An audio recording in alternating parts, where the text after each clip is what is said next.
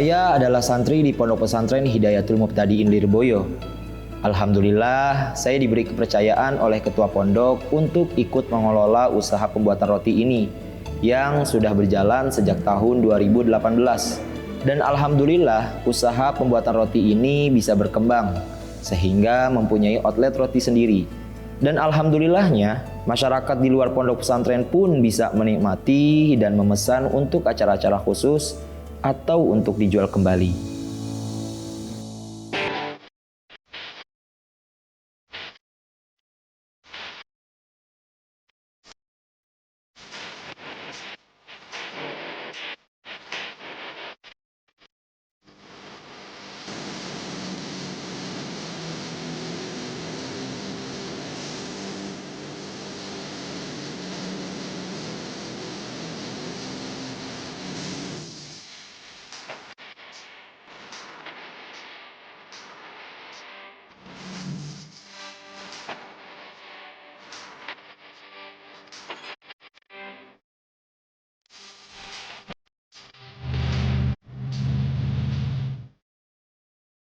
Assalamualaikum Ibu. Waalaikumsalam. Wah, Bu jual apa aja nih? Nasi pecel. Wah boleh Bu, sarapan pecel enak banget kayaknya nih. Assalamualaikum warahmatullahi wabarakatuh, pemirsa OTW. Kali ini saya OTW ke kota Kediri.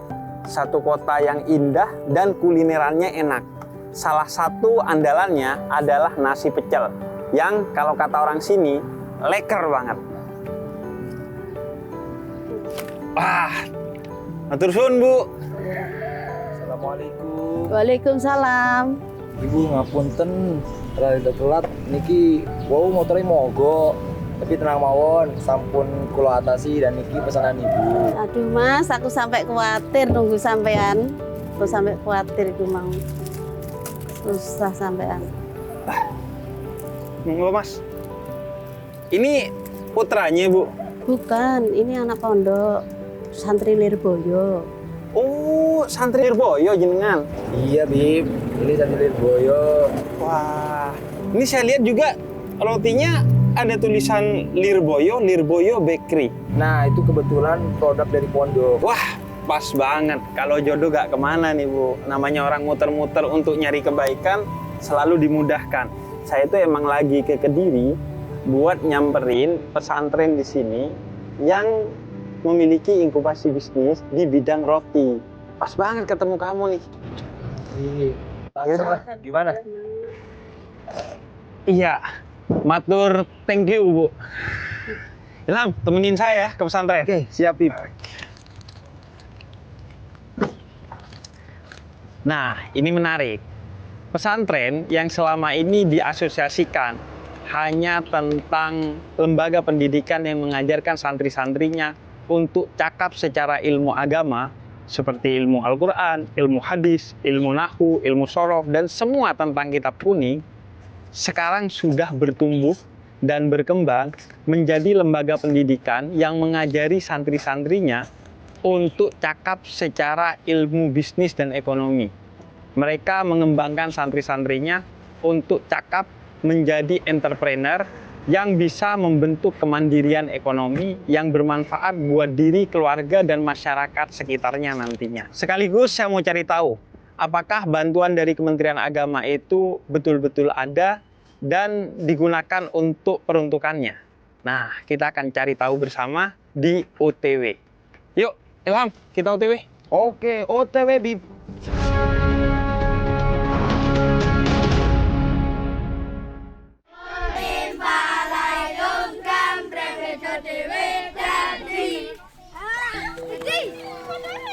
Anak-anak adalah harapan terbaik di masa depan.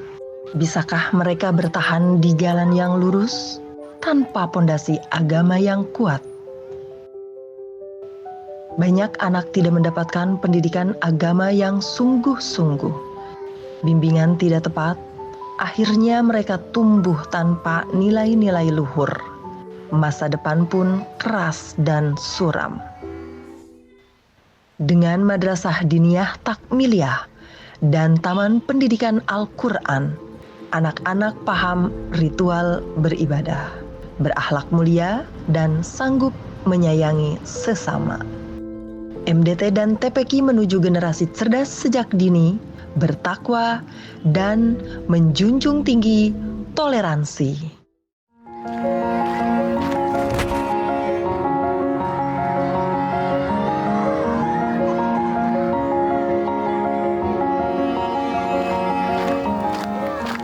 Ustazah, emang gini tiap hari di pondok pesantren?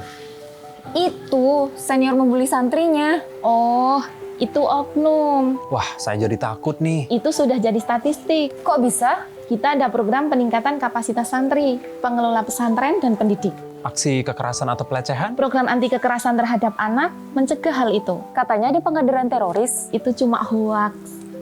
Dengan kurikulum holistik, seperti keterampilan sosial, kreativitas, dan akademis, mutu pesantren kini lebih ramah anak.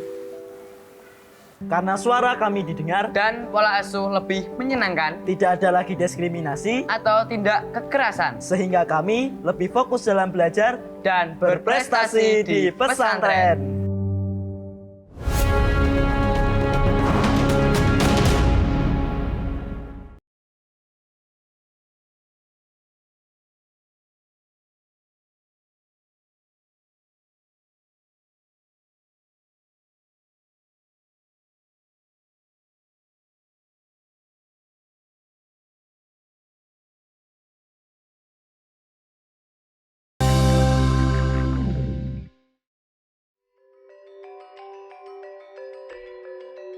Assalamualaikum.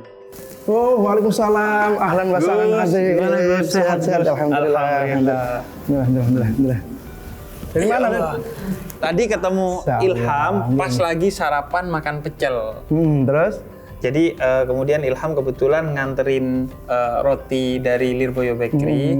Sekaligus saya emang jalan-jalan ke Kediri, pengen tahu pesantren yang mendapatkan program inkubasi bisnis kemandirian pesantrennya Kementerian Agama, Gus. Ya. Nah, akhirnya diantar nih sama Ilham ke sini. Alhamdulillah. Makasih, Ilham, ya. Makasih. Alhamdulillah. Gus, apa kabar, Gus? Sehat. Alhamdulillah. Habib gimana kabarnya? Kabar sehat sekali. Sudah berapa kali ini yang ke Lirboyo? Ke Lirboyo udah beberapa kali. Alhamdulillah. Dan semoga tidak bosan. Tidak bosan. Dan sekarang spesial, Gus. Gimana? Karena kesininya riding, naik motor. Wah. Jadi kita OTW kemana-mana ke beberapa pesantren dan salah satunya di Kediri kita ke pesantren Lirboyo ini. Ahlan wa sahlan, marhaban. Gus, kalau bicara soal pendirian pondok pesantren Lirboyo ini pertama kalinya, Gus. Bagaimana sejarahnya? Nah, masalah sejarah berdirinya Pondok Pesantren Lirboyo, ini kebetulan pendirinya adalah Simbah Kiai Hajatul Karim. Beliau asli nama kecilnya adalah Abdul Manap, kelahiran Magelang tahun 1856 atau sekian gitu. Terus memang semenjak kecil beliau senang kepada ilmu, melakukan pengembaraan ilmu bersama kakaknya itu mulai usia 13 tahun atau 14 tahun gitu. Setelah mondok di berbagai pondok yang ada di Jawa Timur, akhirnya beliau melabuhkan diri di Pondok Syekhuna Khalil Bangkalan, yang cukup lama di situ sampai 23 tahun di Syekhuna Khalil. Berdirinya Pondok Pesantren Lirboyo itu pada tahun 1910. Di Lirboyo itu tidak hanya mengajarkan santri untuk paham fikih, paham syariat, tapi gimana juga ngaji kehidupan dan ngaji keekonomian. Nah, terus life skill lah. Karena kita yakin tidak semua santri itu ketika lulus jadi kiai semua, kan enggak. Betul. Nah, mereka nanti sesuai dengan passionnya kecondongannya itu apa. Maka ketika mereka di pondok itu kita kasih keterampilan untuk buat roti atau nanti mebeler atau nanti pengelolaan sampah dan sebagainya, itu di samping akan mampu menjadikan nafkah kehidupan mereka nanti di rumah, itu pun juga nanti akan bisa menjadi ladang dakwah. Betul. Dakwah bil halnya dia ya. Dakwah bil halnya, karena kita dakwah itu tidak melulu di depan kelas atau di mimbar-mimbar, tapi gimana di komunitas mereka ya. Ya, memang tenaganya semuanya dari santri juga, dari santri yang memang kebetulan kadang di antara mereka yang mohon maaf berangkat dari rumah itu sama sekali tidak diberi modal sama orang tuanya, tidak ada kirim uang dan sebagainya, maka mereka kita rekrut untuk ikut mengembangkan ini, dan mereka nanti juga akan kita tanggung makannya, sekolahnya dan sebagainya. Berarti dengan kemandirian pesantren berbasis inkubasi bisnis ini, paling tidak nanti yang tercetak dari pesantren Lirboyo bukan hanya pendakwah-pendakwah seperti Ibnu Abbas, Abu Hurairah, tapi juga Abdurrahman bin Auf, Sayyidina Utsman, Sayyidah Khadijah yang dengan hartanya mendakwahkan Islam. Itu yang cocok ini. Nah, berarti Gus, Pondok Pesantren Lirboyo ini juga yang dipilih oleh Kementerian Agama untuk inkubasi bisnis bagi kemandirian pesantren. Betul, kami berterima kasih kepada Kemenag yang selama ini mensupport kita untuk mengembangkan bisnis ini. Karena ya samping untuk kemandirian pesantren, yaitu tadi bahwa kita bisa mengajari mereka life skill, keterampilan untuk membuat roti dan sebagainya itu tadi betul-betul menjadi semacam bekal bagi santri nanti untuk ketika pulang itu dia minimal punya angan-angan, nanti saya bisa mengembangkan bisnis apa. Nah, tapi kenapa kemudian yang dipilih untuk inkubasi bisnis dari Kementerian Agama ini yang roti, Gus? Ya karena roti itu pangsa pasarnya bagus di sini. Samping itu kita juga untuk agar santri-santri itu bisa hidup sehat gitu, tidak makan jajanan-jajanan yang banyak pengawetnya dan sebagainya. Terus ini kan roti kan penuh gizi juga. Nah itu samping itu untuk perbaikan gizi kepada santri dengan harga yang terjangkau untuk demi kesehatan santri juga. Berarti Lirboyo Bakery ini salah satu lini bisnis yang paling maju dari Pondok Pesantren Lirboyo ya, betul. Makanya ini yang dipilih akhirnya untuk mendapatkan bantuan dari Kementerian Agama. Betul. Memang di antara bisnis yang ada di Lirboyo itu memang bagian ini yang cukup menonjol. Karena ya semenjak apalagi dapat bantuan dari inkubasi itu yang dulunya per bulan hanya 1,5 ton, sekarang kita per bulan itu bisa 3 ton. Berarti betul-betul terasa dan nyata program inkubasi bisnis ini. Memang tidak hanya untuk santri sendiri, tetapi juga untuk kemandirian pesantren. Karena itu tadi bahwa kita semakin banyak cabang juga butuh banyak sekali pembiayaan untuk untuk membina cabang-cabang itu ya kita ambilkan diantaranya dari laba dari bisnis ini. Bahkan menurut saya ini akhirnya dampaknya ke masyarakat sekitar pesantren Lirboyo, Gus. Karena tadi saya pertama ngelihat roti ini itu di warung pecel ketika saya sarapan pagi. Jadi mereka kan juga akhirnya terbantu secara ekonomi karena menjual roti-roti dari Lirboyo Bakery ini. Ya ini bentuk khidmah kita. Tidak hanya khidmah keilmuan, tetapi juga khidmah keekonomian kepada masyarakat sekitar. Sehingga gimana Lirboyo itu juga dirasakan manfaatnya bagi masyarakat sekitar. Gitu. Kalau gitu berarti ini ada outletnya ya? Ada. Wah, saya tertarik ke outletnya kalau gitu. Wah, monggo. Nanti boleh, bisa lihat prosesnya dan sebagainya. Monggo nanti kita panggilkan petugasnya, akan ngantar Habib untuk melihat secara detail di outlet tersebut. Kalau gitu sambil saya bawa satu. Jadi tadi soalnya mau makan nggak enak, lagi ngobrol sama jenengan. Siap. Berarti siapa yang ngantar nih, Gus? Nanti bisa Kang Ilham itu tadi yang ketemu sama Habib itu tadi nanti bisa ngantar ke outlet sana, bisa melihat proses pembuatannya sampai nanti gimana manajemennya dan sebagainya. Wah, berarti dia bukan cuma namanya Ilham, betul-betul ngasih ilham ke saya untuk tahu tentang berbagai hal di Lirboyo ini. Siap, matur suwun, Gus ya. Sama yang saya yang terima kasih, matur suwun. Semoga tidak kapok ke Lirboyo. Wah, selalu rindu ke Lirboyo. Siap. Terima kasih. Assalamualaikum. Alhamdulillah.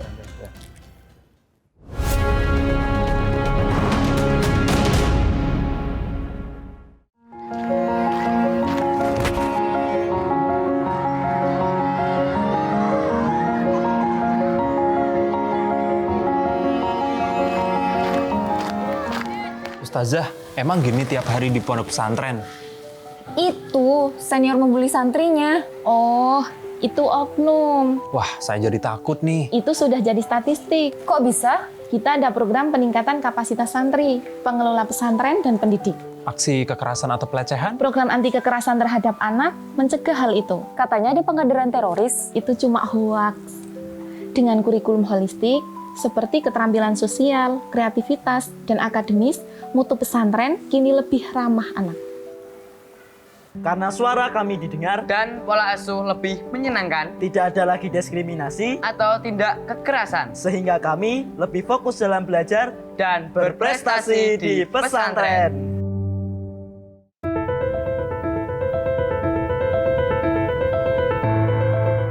Presiden tegur kepala daerah soal ada warga sulit beribadah. Komisi 10 prihatin kasus bullying di sekolah meningkat tajam. Tawuran maut 2 kelompok pelajar, 2 orang ditangkap. Nah, inilah yang sering Abah ceritakan. Sudah puluhan tahun kita diributkan soal ketidakharmonisan. Akibat apa, Bah? Ya karena masyarakat lebih memilih hedon dan materialistis. Mereka mengabaikan nasihat para ulama. Jalan keluarnya, Bah? Santri bisa mengikuti matali atau pendidikan kader ulama. Karena ulama itu tidak hanya harus pada khutbah, tetapi harus memahami perkembangan zaman dan teknologi. Abah yakin santri bisa menaskan ke sana? Yakin, dan kita harus yakin. Karena kerisauan santri adalah tasawuf, yang konsen pada akhlak. Itulah pintu masuk santri.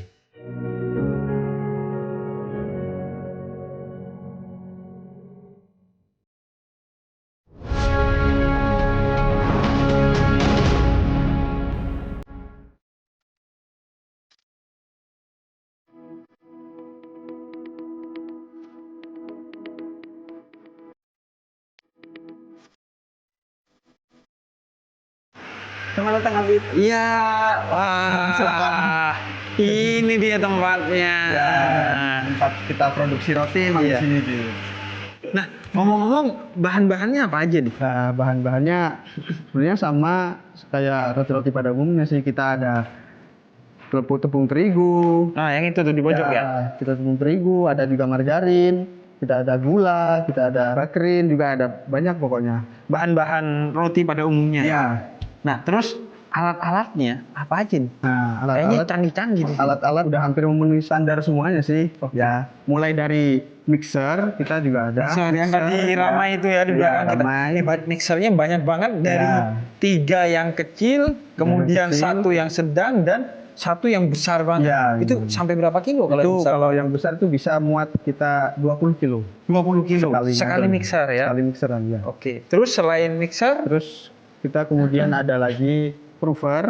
Proofer itu apa? Alat yang buat kita ngembangin roti gitu. Oh, biar berkembang. Iya, biar mengembang rotinya gitu. Oke. Kita masuk. Terus ini oven ya kalau ini? Ya, Ovennya ada banyak banget ya. Stepnya juga emang butuh banyak. Gitu. Dan ovennya besar banget sampai kayak laci, kayak lemari ada ya. Nah, kemudian itu ada lift juga kayaknya. Ya, Beb. Itu lift barang ya? Itu ini lift khusus barang emang. Itu lift khusus barang? Ya. Kenapa harus sampai pakai lift? Karena emang kita bahan itu kan kita taruh di atas gitu. Ya, jadi agar teman-teman ini lebih enak kan kerjanya nggak keberatan gitu. Ya. Nah, kalau ini prosesnya, ya, saya pengen tahu dari awal sampai jadi roti.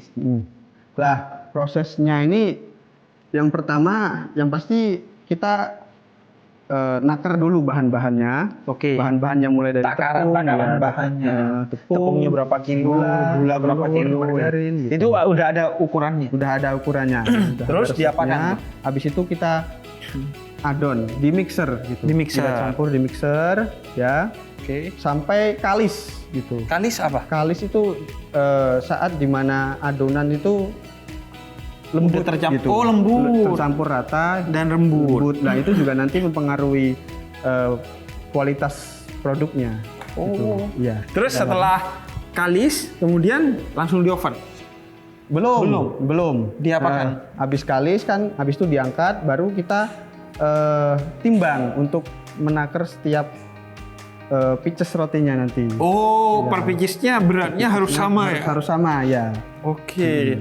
Terus setelah itu kita nanti bentuk roti sesuai varian-variannya sendiri. Oke. Ya. Habis itu kita masuk ke mesin proofer. Mesin proofer dulu. Proofer dulu. Ya, kan jadi habis itu agar ngembang ya, biar dikembangkan gitu. Oke.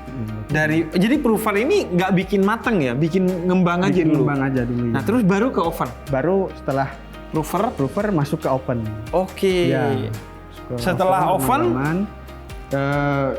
setelah masuk ke oven kita nanti ada proses pendinginan. Oh, pendinginan. Ya. Oh, berarti didinginkan dulu ya? Bukan disajikan dan dijual dalam keadaan panas. Ya. Kita masih belum ready untuk yang itu. Oke, karena mungkin juga dibungkus plastik Ya. Kalau setelah dingin baru kita packing. Ya. Baru diantar ke depan, masukin ke etalase. Ada yang ke outlet, ada yang ke toko-toko di sekitar pondok. Oh, oke, begitu ya, Prof. Nah, kalau masalah margin, keuntungan yang didapat dari semua ini tuh berapa kira-kira? Kalau untuk masalah margin sih sebenarnya saya kurang paham gitu ya. Soalnya untuk bagian yang manajemen itu memang kita ada sendiri. Di mana? Di sini juga? Di sini juga, di atas, di ruang meeting ada. Oke, bisa antar aku ketemu dengan bagian manajemennya nggak? Bisa, Bib. Oke, berarti kita lewat depan ya? Ya. Oke, yuk.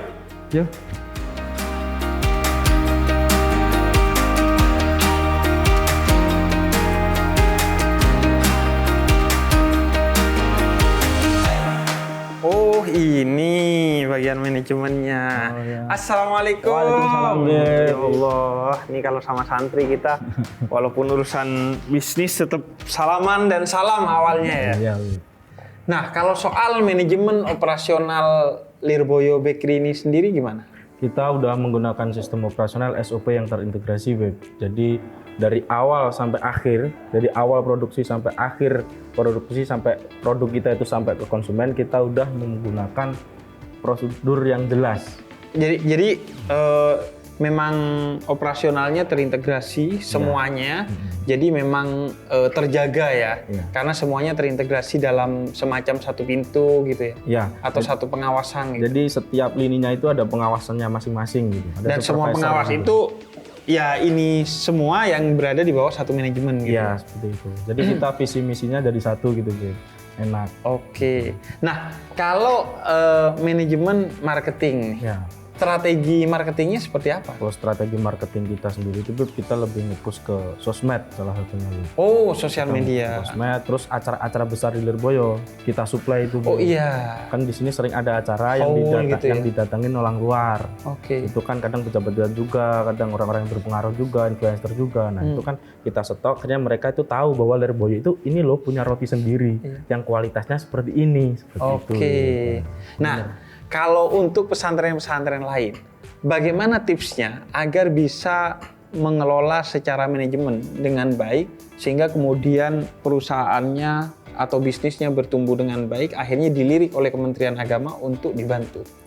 Ya, mungkin kalau dari pengalaman dari kami sendiri, Beb, ya, kita konsisten, istiqomah, kita nggak cuma asal-asalan bikinnya, kita project beneran, kita pikir beneran, dari mulai hulu sampai hilirnya, seperti itu, Beb. Akhirnya kan kita bisa ngajuin ke Kemenak, oh ini loh bisnis kita seperti itu, Beb. Dari kami kan 2018 baru dapat 2021 juga. Nah itu butuh waktu beberapa tahun untuk kita dapat inkubasi itu, seperti itu, Beb. Oke, berarti yang pertama adalah memantaskan diri ya, kompetensi ya. Itu. Kemudian yang kedua itu tadi adalah konsistensi. Kadang di awal itu semangat, semuanya rapi, semuanya terkoordinasi dengan baik, tapi makin ke belakang makin loyo, dan akhirnya tidak terkontrol dengan baik ya. Kemudian yang ketiga juga tadi tidak hanya kemudian ketika mendapatkan bantuan kita membangun manajemen yang baik, tapi dalam keadaan yang sekecil dan sesulit apapun sudah dibuat serapi mungkin manajemennya ya. Sehingga ketika mendapatkan bantuan atau program-program seperti inkubasi bisnis dari Kementerian Agama, ini sudah siap seperti itu untuk semakin besar ya. Maka manajemen adalah kata kunci ya bagi kesuksesan kemandirian pesantren dalam segala lini bisnisnya, termasuk untuk menarik Kementerian Agama untuk memberikan bantuan program inkubasi bisnis untuk mandirian pesantren ini. Oke, terima kasih teman-teman pebisnis muda yang berkah ini. Amin, amin, amin, amin.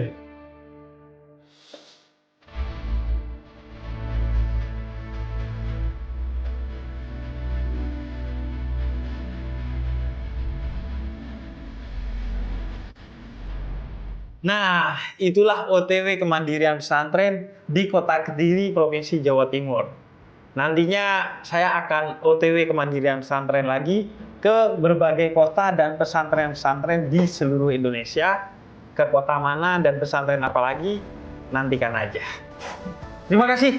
Saya mau pamit ya. Sebentar, kita punya ini dari pondok pesantren. Oh, ini hadiah? Iya. Wah, terima kasih ya kalau begitu. Ya. Nah, enaknya kalau OTW kemandirian pesantren itu gini, ketemu santri, kalau mau berpisah pasti berbagi hadiah. Karena kata Nabi Muhammad, saling berbagi hadiah kamu, karena itu akan menambah cintamu. Terima kasih. Assalamualaikum warahmatullahi wabarakatuh. Waalaikumsalam warahmatullahi wabarakatuh. Assalamualaikum warahmatullahi wabarakatuh. Kami atas nama pimpinan Pondok Pesantren Lirboyo mengucapkan terima kasih kepada Direktorat Pendidikan Diniyah dan Pondok Pesantren, Ditjen Pendidikan Islam, Kementerian Agama Republik Indonesia atas bantuan inkubasi bisnis untuk kemandirian pesantren. Alhamdulillah, semenjak ada bantuan dari Kementerian Agama ini, kami mampu mengembangkan kemandirian ekonomi di pesantren ini, juga mampu mengembangkan perekonomian masyarakat sekitar. Dan selain itu juga kita mampu membekali para santri kemandirian ekonomi agar nanti bisa mengembangkan usahanya ketika mereka pulang ke rumahnya masing-masing. Ini harapan kami, sehingga mereka bisa berdakwah baik lewat pendidikan maupun lewat ekonomi. Sekian dari kami, sekali lagi kami ucapkan terima kasih, terima doa, jazakumullahu khairan jazaa. Assalamualaikum warahmatullahi wabarakatuh.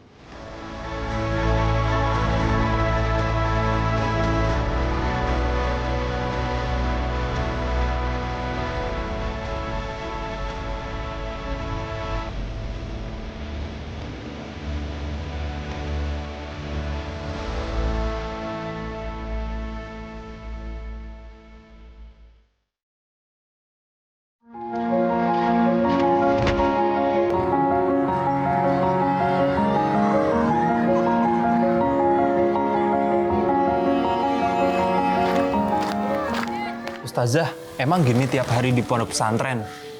Itu senior membuli santrinya. Oh, itu oknum. Wah, saya jadi takut nih. Itu sudah jadi statistik. Kok bisa? Kita ada program peningkatan kapasitas santri, pengelola pesantren, dan pendidik. Aksi kekerasan atau pelecehan? Program anti kekerasan terhadap anak mencegah hal itu. Katanya di pengajaran teroris itu cuma hoaks. Dengan kurikulum holistik, seperti keterampilan sosial, kreativitas, dan akademis, mutu pesantren kini lebih ramah anak. Karena suara kami didengar dan pola asuh lebih menyenangkan, tidak ada lagi diskriminasi atau tindak kekerasan, sehingga kami lebih fokus dalam belajar dan berprestasi di pesantren.